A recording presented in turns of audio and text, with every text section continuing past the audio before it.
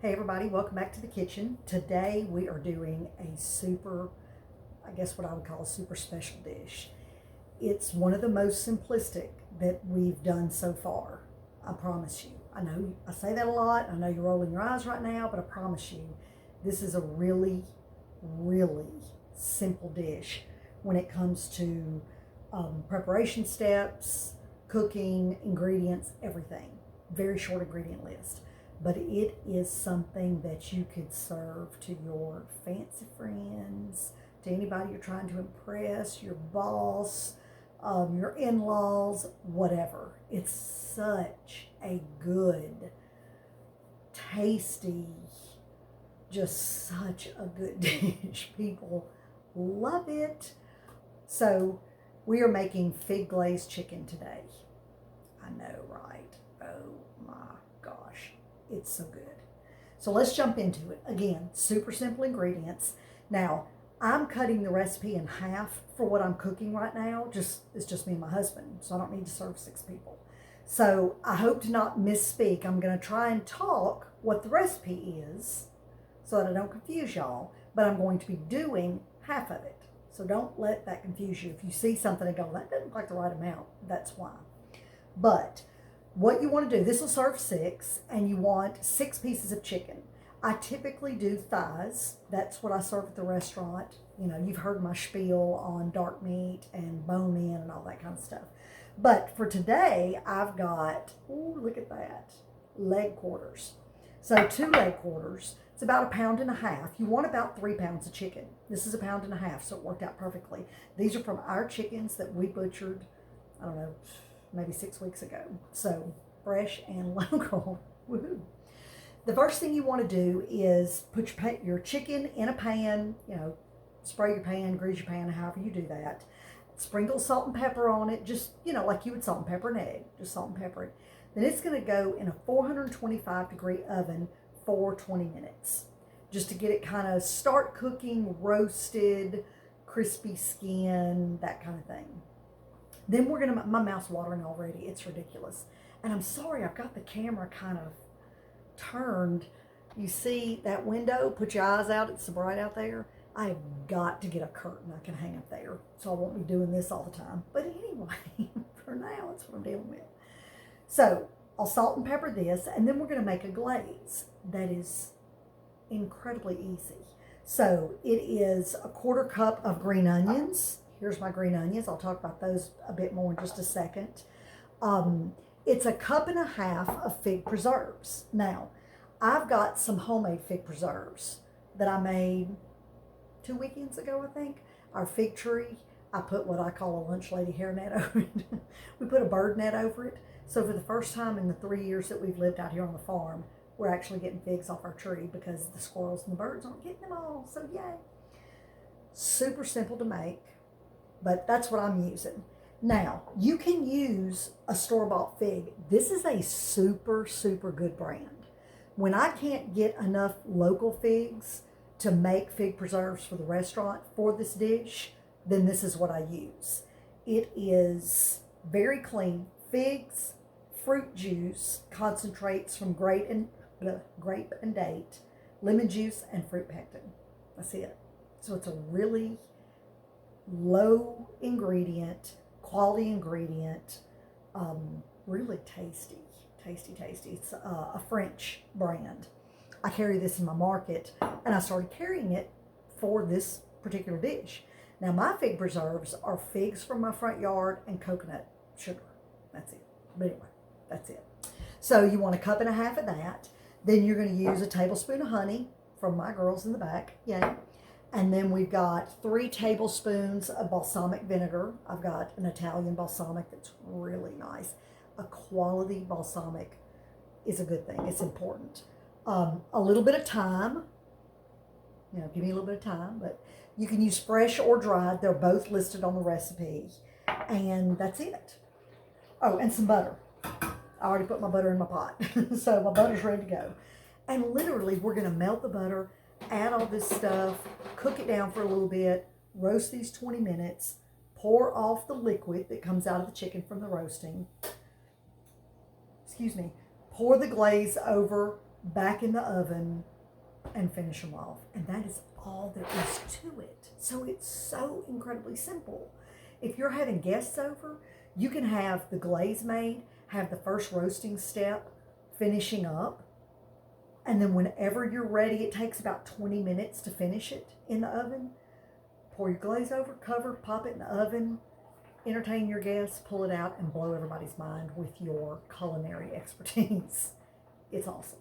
Okay, so we'll get doing that in 1 second. Back to the green onions. I wanted to show y'all something.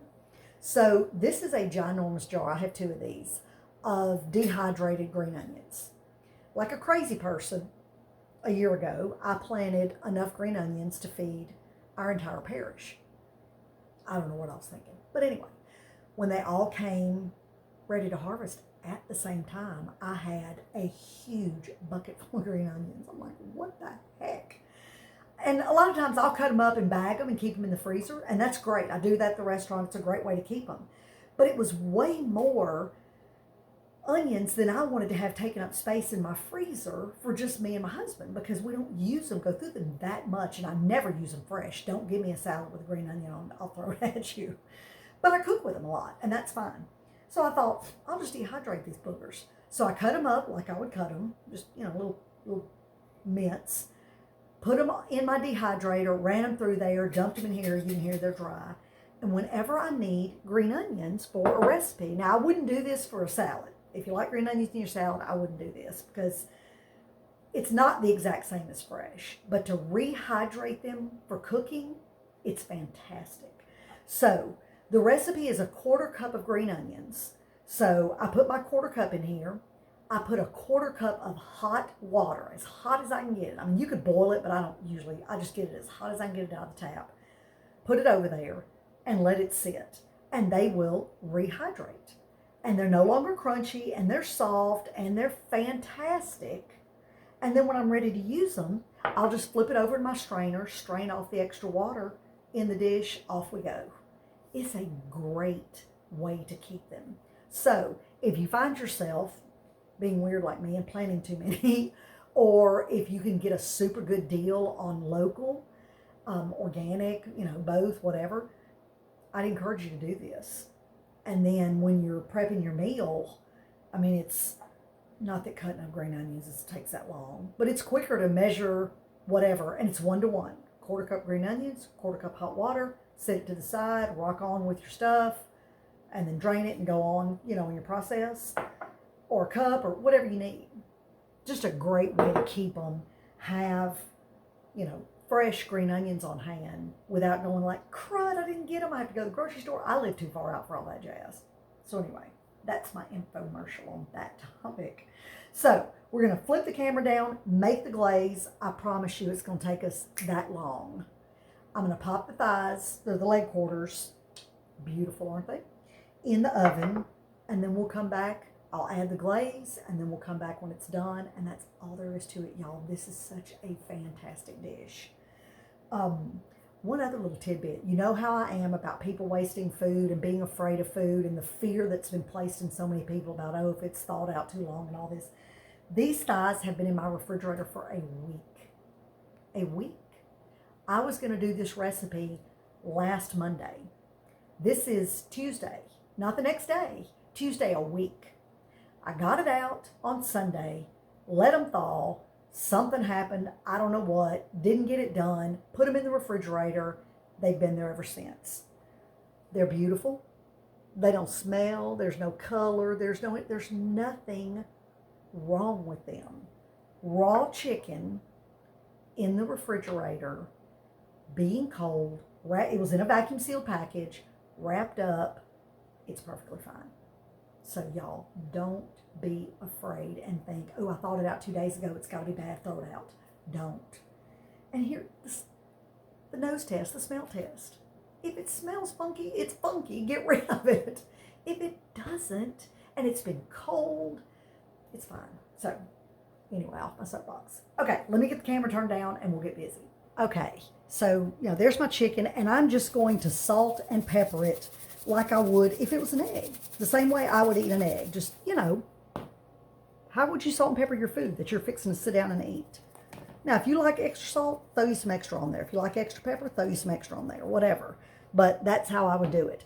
My oven just beeped, so I'm going to pop this in there, and then we'll get busy on the glaze. Okay, so I've got my tablespoon of butter in my pot. I'm going to turn it on about a medium heat, and just let the butter melt a little bit. And then we're going to add the green onions and the salt. So this is, you want a half a teaspoon of salt. Let me get my measuring out here. I didn't do that like a ding dong. All right, where's my salt? Right in front of me. Now, one thing, I kind of got a little ahead of myself a second ago.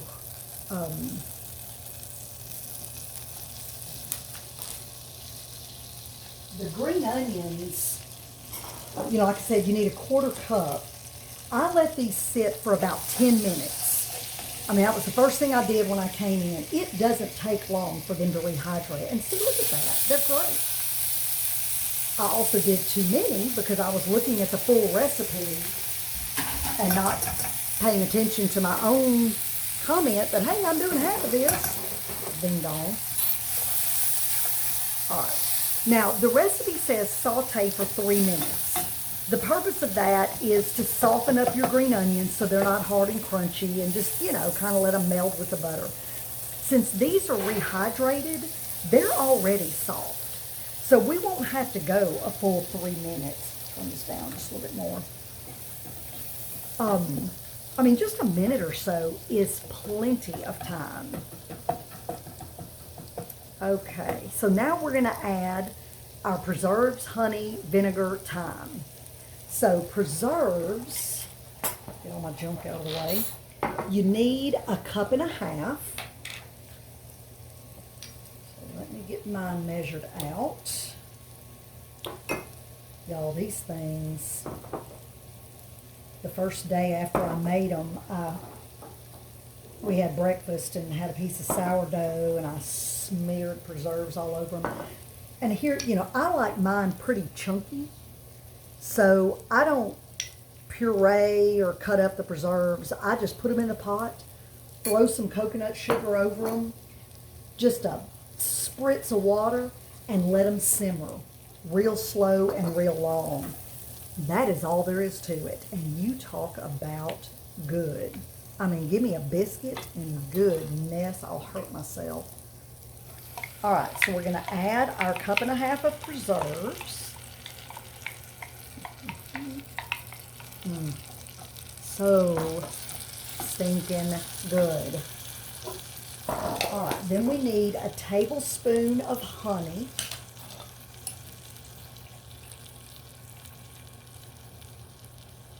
And this is my last half jar of honey from last year.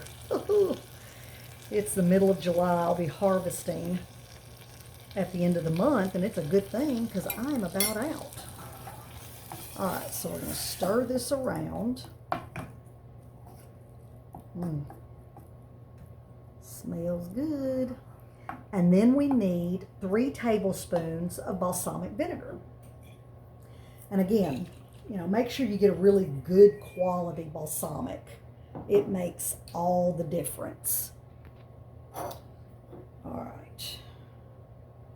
So the recipe is 3 tablespoons. I'm doing half, so don't pay attention to what I'm doing here because you'll think you're doing something wrong or I did something wrong or whatever.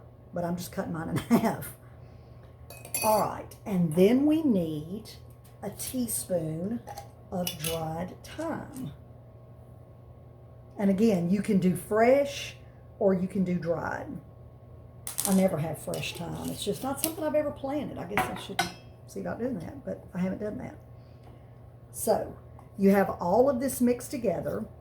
You're going to bring it to a boil, and you want to watch it pretty close because it's got quite a bit of sugar in it with the preserves and the honey, and it can burn pretty easily. I'll turn my heat up. So you want to bring it to a little boil and then turn it down real low and just let it simmer until it kind of reduces and thickens up. I mean, mine's pretty thick just because my preserves are super thick and I love them that way, but that's okay.